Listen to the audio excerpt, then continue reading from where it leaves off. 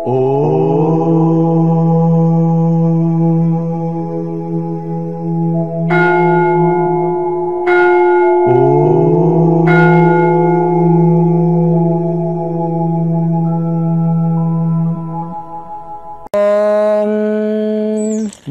స్వరూపులైన KMC channel ప్రేక్షకులకు నమస్కారం. నమస్కారం స్వామీజీ. నమస్కారం అండి. స్వామీజీ, కంటి చూపు చాలా తక్కువగా ఉన్నది, కళ్ళద్దాలు వాడుతున్నాను. కళ్ళద్దాలు లేకుండా చదవగలగాలంటే ఎలాంటి ఆసనాలు, ఆహార నియమాలు పాటించాలి? కంటి చూపుకి ఏ విటమిన్ లోపం వలన కంటి చూపు తగ్గిపోతుందండి. కంటి చూపుకి మనకు సంబంధించిన అంటే ఏ విటమిన్కి సంబంధించిన ఆహారం ఏంటిదని మన గూగుల్లో సెర్చ్ చేసినా వస్తుంటుంది. ఇప్పుడు పాలకూర కానీ, క్యారెట్ కానీ, అలాగే టమాటో కానీ, రేగిపళ్ళు కానీ ఇటువంటివి బాగా తీసుకోవాలన్నమాట.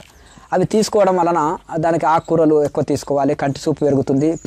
ఇవన్నీ ఆకుకూరలు బాగా తీసుకోవాలి. దానికి సంబంధించిన డ్రై ఫ్రూట్స్ దానికి వల్ల అని అవి తీసుకొని మనము ఆ ఏ విటమిన్ని పెంచుకోవాలన్నమాట శరీరానికి. దానివలన మనకు ఇదవుతుంది. అయితే కళ్ళని కూడా ఏం చేయాలంటే ఈ కళ్ళని తిప్పడం, కళ్ళ ఎక్సర్సైజ్ తప్పకుండా చేయాలి. కళ్ళు క్లీన్ కావాలంటే కళ్ళని ఇట్లా రౌండ్గా కుడివైపు 20 సార్లు, ఎడమవైపు 20 సార్లు తిప్పాలి. అలాగే ఐ కప్స్ అన్నీ దొరుకుతాయి. ఐ కప్స్లో శుద్ధమైన నీళ్లు పెట్టి ఆ నీళ్ళల్లో ఈ కళ్ళని తిప్పాలి. ఈ బయట తిప్పినట్టే ఐ కప్స్లో కూడా తిప్పడం నేర్చుకోవాలి. అలాగే మంచి ఏ విటమిన్ లోపం వలన కంటి చూపు తగ్గుతుంది, రేచీకటి వస్తుంది కనుక ఆ విధంగా ఈ ఏ విటమిన్ ఆహారాన్ని ఎక్కువ తీసుకోవాలి. ఏ రకమైన ఆహారం అయినా కానీ ఏ విటమిన్ని పెంచే ఆహారం తీసుకోవాలి. అలాగే ఇక ఈ యొక్క చక్కగా మనము సాధనని ప్రాణాయామాభ్యాసము బాగా చేయడం వలన కూడా ఈ యొక్క నాడులు శుద్ధి అవుతాయి. ఆ కంటి నాడులు కూడా శుద్ధి అయిపోతాయి. అలా యోగాభ్యాసం, ధ్యానాభ్యాసాన్ని కూడా పెంచుకోండి. ఈ విధంగా కంటి చూపు పెంచుకోవచ్చు.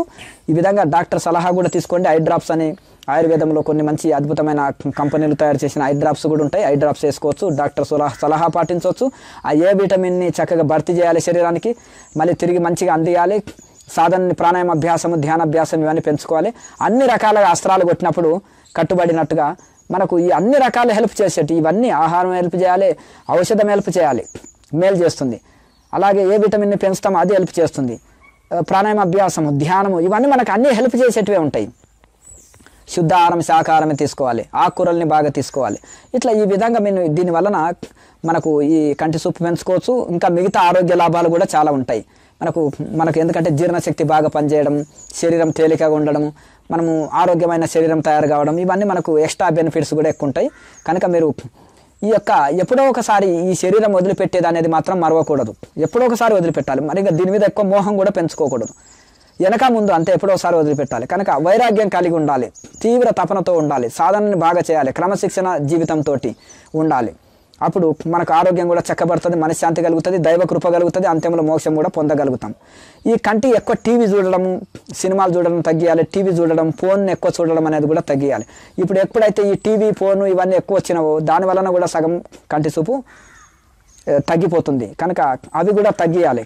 దానికి ఏవేవి కంటికి ఇబ్బంది కలిగించేటివి ఉన్నావో అవి కంప్లీట్గా వదిలిపెట్టడం, తగ్గియడం. మొత్తానికి కంటి చూపు పెరిగే ఔషధాన్ని కానీ ఆహారం కానీ తీసుకోవడం, ఇదే మార్గం. ఏ రోగమైనా ఇలాగే దానికి రోగాన్ని పెంచేటిది కంప్లీట్గా ఏదైనా ఉండని మన దినచర్య కానీ మన ఆహారం కానీ కంప్లీట్గా మానుకోవాలి. ఆ రోగాన్ని పెంచే ఆహారాన్ని తీసుకోవాలి, ఆ రోగాన్ని తగ్గించే ఆహారాన్ని తీసుకోవాలి, ఆ రోగాన్ని తగ్గించేటిది ఔషధాన్ని తీసుకోవాలి, ఆ రోగాన్ని తగ్గించే దినచర్య పాటించాలి, ఆ రోగాన్ని తగ్గించే పనులే చేయాలి, ఆ రోగాన్ని పెంచే పనులన్నీ చేయకూడదు. ఇట్లా ఈ విధంగా మనం జాగ్రత్తలు పడాలి. నెక్స్ట్ స్వామీజీ, తల వెంట్రుకలు మరియు గడ్డం తెలుపు రంగు నుండి నలుపు రావడానికి ఏం చేయాలి? ఇప్పుడు అది కూడా కొంచెం విటమిన్స్ లోపంతో వస్తుంది చాలా మటుకు. ఎందుకంటే ఆ విధంగా దానికి కూడా మనకు ఎందుకంటే ఇక్కడ మునగాకు కూడా కొంత హెల్ప్ చేస్తుంది. ఇప్పుడు భృంగరాజ తైలాలు అని ఉంది. భృంగరాజ తైలము మనం చుండ్రు, పేలు, తెల్ల వెంట్రుకలు నల్లబడము, వెంట్రుకలు రాలిపోవడం అనేది ఉపయోగపడుతుంది. దాన్ని గుంటగల్గర అంటారు తెలుగులో. భృంగరాజ అంటే సంస్కృతము. దానిలో 21 మూలికతోటి తయారు చేసిన ఒక తైలం ఉంటుంది. అది పేలు, చుండ్రు, వెంట్రుకలు తెల్లబడడం, వెంట్రుకలు ఊడిపోవడం, ఇవన్నీ పనులకు అది ఒకటి హెల్ప్ చేస్తుంది. కనుక అది పెట్టుకుంటే చాలా మంచిది. మీరు ఎందుకు ఆ విధంగా అంటే ఎక్కువ షాంపూలు వాడకూడదు. షాంపూలు, కెమికల్ సబ్బులు, కెమికల్ షాంపూలు వాడకూడదు. భృంగరాజ షాంపూ వాడండి. భృంగరాజ అంటే పంచగవ్య సోపు లాంటిది వాడండి. అలాగే దానికి సంబంధించిన తైలాలు వాడితే మంచిది. అయితే ఇవన్నీ ఎప్పుడో ఒకసారి పళ్ళు ఊడిపోవాల్సిందే, వెంట్రుకలు తెల్లబడవలసిందే, వెంట్రుకలు ఊడిపోవాల్సిందే, శరీరం ముసలిదయ్యేదే. కానీ ఇవి అవుతున్నవే బాధపడకుండా అయ్యో నాకు ఈ భగవంతుడు ఈ జన్మ ఇచ్చాడే, నేను ఎప్పుడు తరించాలి, నేను ఎప్పుడు మోక్షం పొందాలనేది అది మాత్రం మరవకండి. అది అన్ని మార్చి నా తెల్ల వెంట్రుకలు నల్లబడాలి, నా యొక్క కంటి చూపు పెరగాలి, నేను యువకుడిలాగా అయిపోవాలి, మళ్ళీ ఎప్పుడు నేను 60 ఏళ్ళ వయసుల్లో కూడా నేను 20 ఏళ్ళ కుర్రోన్లాగా ఎప్పుడు అవుతాను, నేను ఇంకా ఆయుష్ని ఎట్లా పెంచుకుంటాను, ఇది దీనికోసం కాదు. ఇంత వయసు మీద పడ్డది, నేను ఇంకా మోక్షం ఎప్పుడు పొందుతీ, ఎప్పుడు నేను అదే గురువులు చెప్పిన సాధన చేసి ఎప్పుడు తరిస్తానని ఏడ్చిన వాళ్ళు గొప్పవాళ్ళు. పళ్ళు ఊడిపోయినాయి, కంటి చూపు తగ్గిపోతుంది, నడుము నొప్పి వచ్చేసింది, కడుపులో నొప్పి లేస్తుంది, తిన్నది అరుగుతలేదు. దీనికోసం కాదు ఏడ్చేది. శరీరమే రోగాల పుట్ట. ఈ రోగం పోతే ఇంకో కొత్త రోగం వస్తుంటాయి పోతుంటాయి. దీనికోసం కాదు మనం ఏడ్చేది. ఎప్పుడో ఒకసారి ఇది వదిలేదే శరీరం. కానీ భగవంతుని ముక్తిని పొందకపోతేనే ఈ జన్మలని దానికోసం ఏడ్చేవాళ్ళు ఉత్తములు. దైవం కోసం ఏడ్చేవాళ్ళు, డబ్బుల కోసం, ఆరోగ్యం కోసము ఏడవడం కాదు. మనం మోక్షం పొందకపోతేనే నాకు భగవంతుడే కావాలని ఏడ్చేవాళ్ళు ఉత్తములు. రామకృష్ణ పరమహంస, రమణ మహర్షి ఇటువంటి మహనీయులు భగవంతుడి కోసం ఏడ్చారు. మనం భగవంతుడి కోసం ఏడిస్తే అన్నీ వస్తాయి. భగవంతుడి కోసం ఏడిస్తే వేరే ఇతర ఆలోచన చేయం కదా, ఇంకే ఆలోచనకు సమయం ఉండదు కదా. అప్పుడు మనసు శాంతిగానే ఉంటుంది, ఆరోగ్యం కూడా శాంతిగానే ఉంటుంది. ఇతర ఆలోచన చేయడానికి టైం ఉండదు, ఇంకా ఫుల్ బిజీ అయిపోవాలి. దైవ చింతనలో, దైవ భావనలో ఎల్లవేళలా గడపాలి. అప్పుడు ఇంకా ఇతర చింతన చేయడానికి అవకాశం లేదు, టైం వేస్ట్ కాదు. అప్పుడు ఆటోమేటిక్గా అన్నీ చెక్కబడతాయి. కనుక దైవ చింతన వదిలి అన్ని చింతనలు చేస్తుంటేనే ఇవన్నీ వస్తుంటాయి. ఒకటే ఆరోగ్య రోగానికి కారణము ఒకటే గుర్తుపట్టి, డిసిప్లిన్ రాహిత్యము, క్రమశిక్షణ రాహిత్యము.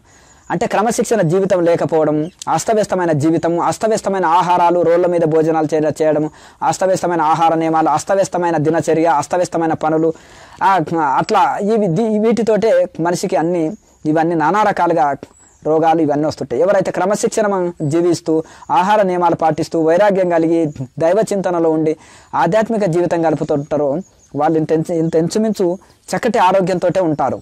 ప్రారంభవశాత్తున ఏదైనా ముసల్తనములో వస్తాయి వాళ్ళకి రోగాలు, కానీ వయసులో ఉన్నప్పుడు పెద్ద రోగాలు రావు నిజమైన ఆధ్యాత్మిక జీవితం గడిపే వాళ్ళకి. కనుక ఈ విధంగా మంచి డిసిప్లిన్గా ఉండాలి, ఆహార నియమాలు పాటించాలి, వైరాగ్యం కలిగి ఉండాలి, ఆధ్యాత్మిక సాధనలు చేయండి.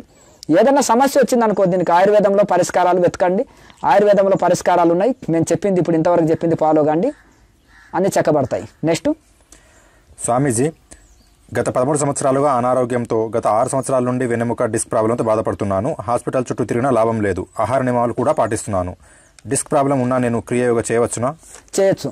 మీరు కొత్తగా వచ్చిన వాళ్ళు అన్ని ప్రశ్నలు రాసింది ఎందుకంటే చాలామంది ఏంటంటే పేషెంట్లే వస్తున్నారు అన్నట్టు కాకుండా వాళ్ళకు సాధన చేయాలనే తపన ఉంటుంది. కానీ ఇప్పుడు ఈ ప్రాబ్లం తోటి నేను చేయొద్దా అని అనేకమైన, ఇప్పుడు మ్యాథమెటిక్స్, సైన్స్ అయితేనేమో అన్ని డౌట్లు వాళ్ళకు ఇంకేం ఉండవు. ఈ ఆధ్యాత్మికంలో కొత్తగా వచ్చే వాళ్ళకి అనేకమైన సందేహాలు ఉంటాయి. నేను ఇది చేస్తే ఏమన్నా అవుతుందా, ఇది చేయొచ్చా, ఇది చేయొద్దా, ఇది తినొచ్చా, ఇది తినకూడదా, ఇవి అన్ని డౌట్లు ఉంటాయి. కాబట్టి ఒకసారి ఆ డౌట్ క్లియర్ చేసుకుంటే మనం ధైర్యంగా ముందుకు సాగుతాం. డిస్క్ ప్రాబ్లం ఉన్నా, కాళ్ళ నొప్పులు ఉన్నా, కీళ్ళ నొప్పులు ఉన్నా, ఏది ఉన్నా కానీ క్రియాయోగ ధ్యానం చేశారనుకోండి అన్ని రోగాలు కంట్రోల్ వస్తాయి. ఆ సాధన చేయడం వలన రోగ నిరోధక శక్తి పెరుగుతుంది, నాడి మండల శుద్ధి అయ్యి ఆరోగ్యం చక్కబడుతుంది.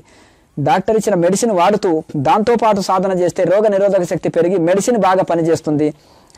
100 రోజులకు తగ్గేది 20 రోజుల్లోనే తగ్గిపోతుంది, తొందరగా తగ్గిపోతుంది. మెడిసిన్ బాగా పనిచేస్తాయి. కొంతమందికి మెడిసిన్ పనిచేయవు చూడండి, ఎందుకు? రోగ నిరోధక శక్తి లేదు వాళ్ళలో.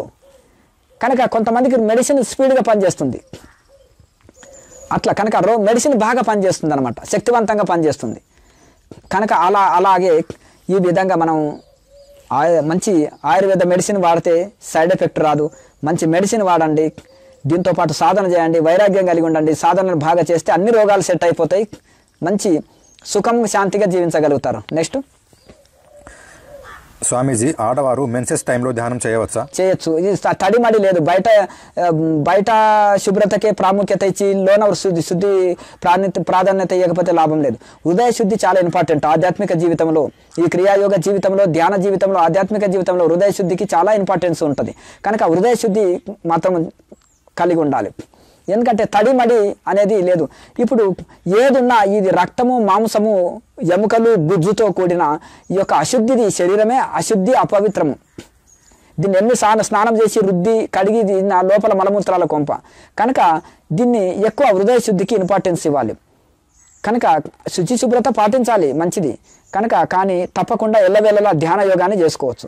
ఒకవేళ ప్రాణాయామాభ్యాసం చేయొచ్చు. ఒక మహాముద్ర లాంటిది ఏదన్నా చేయాలంటే కష్టంగా ఉంటే మహాముద్ర ఒకటి వదిలి ఆ 3 రోజులు మీరు 5 రోజులు కానీ 3 రోజులు కానీ ఈ మిగతాది ప్రాణాయామాభ్యాసము ముద్రలు ఈ యొక్క ధ్యానము చేసుకోవచ్చు. నెక్స్ట్ స్వామీజీ, ఆడవాళ్ళు రుద్రాక్ష వేసుకోవచ్చా? ఒకవేళ వేసుకుంటే ఎలాంటి నియమాలు పాటించాలి? ఎవరైనా వేసుకోవచ్చు. ఇప్పుడు దైవ సంబంధికమైనవి ఆడవాళ్ళు వేదం చదవచ్చు, మంత్ర జపం చేయొచ్చు, పూజలు చేయొచ్చు, వేదం చదవచ్చు, పూజారిగా కూడా చేయొచ్చు, తప్పులేదు. అలాగే రుద్రాక్ష తులసిమాల వేసుకోవచ్చు. మగవాళ్ళకు ఎంత సమాన హక్కు ఉంటుందో ఆడవాళ్ళకు కూడా అంతే హక్కు ఉంటుంది. ప్రతి దాంట్లో చదువులో విద్యలో కానీ ఆధ్యాత్మిక జీవితంలో కానీ ప్రతి దాంట్లో మగవాళ్ళు ఆడవాళ్ళు సమానమే. ఎక్కువ తక్కువ ఏం కాదు. ఎవరు ఎక్కువ కాదు ఎవరు తక్కువ కాదు. 2 కళ్ళు 2 కాళ్ళు 2 చేతుల్లాగా ఇద్దరు సమానమే. సమాన హక్కులు ఉన్నాయి ఇద్దరికి. ఇద్దరు ఎవరైనా వాళ్ళు కూడా పూజ చేయొచ్చు, యజ్ఞం చేసుకోవచ్చు, వేదం చదవచ్చు, వేదాంతం చదవచ్చు, తపస్సులు చేయొచ్చు, సన్యాసించవచ్చు, ఫ్యామిలీ లైఫ్ గడపవచ్చు, అన్నీ చేయొచ్చు. వాళ్ళకి ఏది ఆసక్తి ఉంటే ఆ విధంగా వాళ్ళు శాస్త్ర ప్రకారంగా జీవించాలి. అది కనుక మాలలు వేసుకోవచ్చు, ఇబ్బంది లేదు. నెక్స్ట్ స్వామీజీ, ఋషి రుణం, పితృరుణం, దైవ రుణం ఎలా తీర్చుకోవాలి? ఋషి రుణం ఋషుల శాస్త్రాలు చదివి ఋషులకు ధన్యవాదం చెప్పుకుంటే ఋషి రుణం తీర్చుకున్నట్టు. వాళ్ళు మన కోసమే శాస్త్రాలు రాశారు, మన కోసమే నియమాలు పెట్టారు. వాళ్ళ నియమాలు పాటిస్తే మా బిడ్డలు మా మార్గంలో వస్తున్నారని మనకు విఘ్నాలు లేకుండా చూస్తారు. అందుకని ఋషి ప్రార్థన ఎందుకు చేయాలంటే, మహాత్మా మీరు మాకు ఈ యొక్క విద్యను అందించారు, మీ మార్గంలో వస్తున్నాం, మీ బిడ్డలు మాకు విఘ్నాలు లేకుండా చూడండి, మీ స్థితిని మాకు కలిగించండి అని ప్రార్థన చేసి సాధన చేయాలి. ఆ ఋషుల శాస్త్రాలు చదివి ఋషుల సాధన చేసి ఋషులను ప్రార్థించడం వలన ఋషి రుణం తీర్చుకుంటాం. పితృరుణం అంటే తల్లిదండ్రులు ఉన్నప్పుడే సేవ చేయాలి. వాళ్ళు పోయినప్పుడు పిండ ప్రదానాలు చేస్తూ అన్నదానాలు చేయడం ఆడంబరం కాదు చేసేది. వాళ్ళు ఉన్నప్పుడు తల్లిదండ్రులని మంచిగా సేవించి వాళ్ళకి సేవ చేసుకుంటే చేసుకోవాలి. వాళ్ళు పోయిన తర్వాత కూడా వాళ్ళ పేరు మీద కొన్ని మంచి పనులు చేయాలి. ఇది పితృరుణం. ఈ విధంగా తీర్చుకుంటాం. అందుకనే అపుత్రస్య గతిర్ నాస్తి అంటారు. పుత్రులు లేని వానికి గతి లేదంటే అర్థం ఏంటంటే పిల్లలు తల్లిదండ్రుల పేరు మీద పుణ్యకార్యాలు చేస్తారని. కనుక ఆ పిల్లలు లేని వాళ్ళు ఏంటంటే స్వయంగా చేసుకోవాలి పుణ్యకార్యాలు తనే. కనుక ఈ యొక్క పిల్లలు ఉన్నది ఎందుకంటే తల్లిదండ్రులకు పుణ్యగతులు కలిగించాలి. మరి వాళ్ళు ఉన్నప్పుడు మంచిగా సేవ చేయాలి. వాళ్ళు పోయిన తర్వాత కూడా వాళ్ళ పేరు మీద ఏదైనా ధనం బాగున్న వాళ్ళు మంచి పనులు చేయాలి. ఎందుకంటే వాళ్ళు ఇచ్చిందే సంపద కనుక. దానివలన పితృ రుణము తీర్చుకుంటాం. ఇక నెక్స్ట్ దైవ రుణము. దైవానికి మనం ఏ రుణాలు తీర్చనక్కర్లేదు, శరణాగతి కలిగి ఉంటే అయిపోయి. ప్రార్థన చేయడం వల్ల దైవ రుణం పోతుంది. ప్రార్థన భగవంతుడు అన్ని నీవే ఇచ్చినావు, ఈ శరీరంలో అన్ని అవయవాలు ఇచ్చినావు, ఆరోగ్యం ఇచ్చినావు, పంచభూతాలు ఇచ్చినావు, దేనికి రెంటు లేకుండా పంచభూతాలని చాలా వినియోగించుకుంటున్నాను, నీవు ఇచ్చిన సేవని బాగా అందుకుంటున్నాను, మీకు ధన్యవాదం మహాప్రభు అంటే ఆయన తృప్తి పొందుతాడు. ఇప్పుడు సత్యభామ ఇచ్చిన నగలు నట్ర ఏదేదో ఇచ్చినా ఆయన తృప్తి పడాలి. ఒక తులసి దళం ప్రేమతోటి వేసినప్పుడే ఆయన ప్రసన్నుడై తులాభారంలో రుక్మిణీదేవి ఆయన్ని సొంతం చేసుకోగలిగింది. భగవంతుని సొంతం ఎట్లా చేసుకోగలుగుతామంటే భక్తి ద్వారా, శరణాగతి ద్వారా సొంతం చేసుకోగలుగుతాం. శరణాగతి ద్వారానే భగవంతుని రుణం తీర్చుకోగలుగుతాం. ఇంకేమి ఏ పదార్థాలు ఇచ్చినా ఆయన పత్రం పుష్పం ఫలంతో వజ్ర కిరీటాలు ఇచ్చినా ఆయన ఇచ్చిందే. కొత్తగా ఏమి మనం సొంతగా సృష్టించి ఇవ్వలేదు భగవంతుడికి. కనుక మనం ఏది పెట్టినా మనం ఏం సొంతంగా తయారు చేసి ఏమి ఇవ్వలేము. ఎంత దైవం ఇచ్చిందే స్వామి అంత నీదే అనడమే మనము రుణంలో పడకపోవడం. నేను చేసినాను నేను అంటేనే మనం రుణంలో పడ్డట్టు. మనం ఏది చేయలేదు, అంత భగవంతుడిది, ఎంత నీవే ఇచ్చినవు స్వామి అని చూడండి, మీ హృదయం తేలికబడుతుంది, శరణాగతి వస్తుంది. అప్పుడు మీకు హృదయం తేలికబడుతుంది. అప్పుడు దైవం బాధ్యత తీసుకుంటాడు శరణాగతి వలన. సర్వధర్మాన పరిత్యజ్య మామేకం శరణం రజ అహంత్వా సర్వ పాపేభ్యో మోక్షయిష్యామి మాసిచ. అందుకే కనుక శరణాగతి కలిగి ఉండు, నాకు నువ్వేది చేయలేకపోయినా కానీ మామేకం శరణం రజ అంటున్నాడు, నన్ను శరణు వేడు.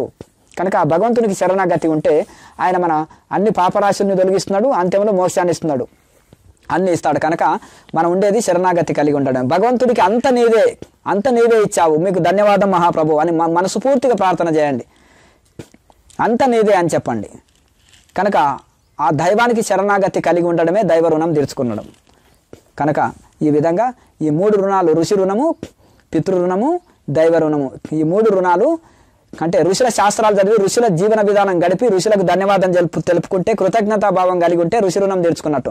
తల్లిదండ్రులకు బాగా సేవ చేసి తల్లిదండ్రులకు కృతజ్ఞత కలిగి ఉండి వాళ్ళు దేహం వదిలిన తర్వాత కూడా ఒకవేళ మనకు దగ్గర డబ్బులు ఉంటే వాళ్ళ పేరు మీద ఒక మంచి కార్యాలు చేస్తూ ఇవన్నీ ఏది చేసినా వాళ్ళకు మంచి కీర్తి తెచ్చే పేరు చేయడమే తీసుకురావడమే అది ఒక పితృరుణం తీర్చుకున్నట్టు. అలాగే దైవానికి శరణాగతి కలిగి ఉండడమే దైవ రుణం తీర్చుకున్నట్టు. నెక్స్ట్ స్వామీజీ, పౌర్ణమి రోజున శివరాత్రి రోజున ధ్యానంలో అత్యంత శక్తి పొందుతారు అంటారు, నిజమా? కొన్ని పర్వదినాల్లో అక్కడ ఋషులు అందరూ తపస్సు చేస్తుంటారు. అక్కడ సంఘటితంగా ధ్యానం చేసినా సంఘటిత ప్రార్థన చేసినా కానీ అందరు ఐకమత్యంతో ఉంటే కూడా ఆ సంఘానికి బలం అంటారు కదా. అలాగే సంఘటితంగా ఒకే పర్వదినాల్లో ఏం చేస్తారంటే అందరూ ఉపవాసాలు ఉంటారు, ఘోరంగా దేవుడిని ప్రార్థిస్తుంటారు, ధ్యానం చేస్తుంటారు, జపతపాలు చేస్తుంటారు. అవి చాలా ఆ పర్వదినాల్లో అందరూ చేస్తుంటారు కాబట్టి దానికి శక్తి ఎక్కువ ఉంటుందని ఇదే కారణం.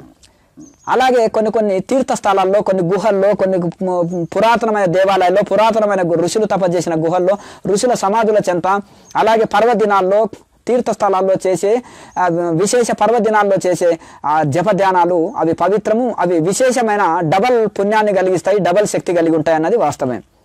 అట్లా ఎందుకంటే అమాస నుంచి చీకటి నుంచి పౌర్ణానికి 16 కళలతోటి ఒక్కొక్క కళ పెరుగుతూ 16 కళలతోటి చంద్రుడు వెలుగుతుంటాడు. అలా మన సాధన కూడా అమాస నుంచి స్టార్ట్ చేస్తే పున్నం వరకు రోజు పెరుగుతూ చంద్రుడిలాగా పెరుగుతూ పున్నం రోజు 16 కళలతో చంద్రుడు వెలిగినట్టుగా పూర్ణ చంద్రుడి వలె మన సాధన కూడా అలా దినదిన అభివృద్ధి జరగాలనేది దాని యొక్క అర్థం.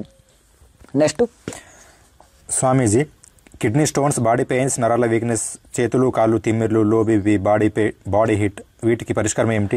అన్ని రోగాలకు ఒకటే ఎల్లవెల్లల కేచర్ ముద్ర 360 రోగాల్ని కంట్రోల్ చేస్తుంది. అందులో వచ్చే అమృతం ఏదైతే ఉంటుందో 360 రోగాల్ని కంట్రోల్ చేస్తుంది. మహాముద్ర ఈ నడు నొప్పులు, కిడ్నీ స్టోన్స్ తీసేస్తుంది, నడు నొప్పులు, కీళ్ళ నొప్పులు, కాళ్ళ నొప్పులు, వాయువాతాలు, నరాల వీక్నెస్ అంతా తీసేస్తుంది మహాముద్ర. ఈ ప్రాణాయామ ఈ నాడులని శక్తివంతంగా చేస్తుంది. ఎప్పుడైతే మనసును అంతర్ముఖం చేస్తుంది ప్రాణాయామ, సరి అయిన ధ్యానం కుదురుతుంది.